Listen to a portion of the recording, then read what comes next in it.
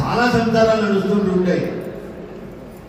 ఏదో వివాహం చేసుకున్నాం, భగవంతుడి తినటువంటిది పొందాం, చక్కగా లోకోత్తరంగా సంసారం చేసుకుందాం అనేటువంటి భ్రమలు చాలా మందికి కలుగుతున్నాయి.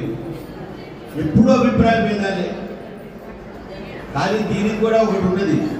ఏమున్నది? నాకు నా భార్యకు అభిప్రాయమైన సుఖ జీవనాన్ని కలపడమే నిజమైన దంపతులు. అలాంటి దంపతులు ఎవరయ్యా అంటే లక్ష్మీ నారసింహస్వామి వారు. పూర్వ రూపంలో స్వర్గంలో ఉన్నప్పుడు నిన్నటి భాషల్లో అమ్మవారు ఏం చేశారు? అమ్మా తలుపు గడియతీయమని బంగారు గాజులు మంచి శబ్దం చేస్తూ ఉంటే తలుపు తీయవమ్మా అని ప్రార్థించారు.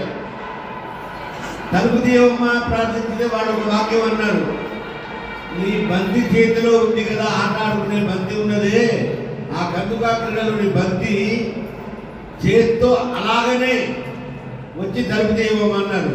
ఓ చేతిలో బంతి ఉంది, ఓ చెయ్యి స్వామివారి మెడ కింద ఉంది. ఎలా తీస్తుంది తలుపు? ఆ సుఖవైభవంగా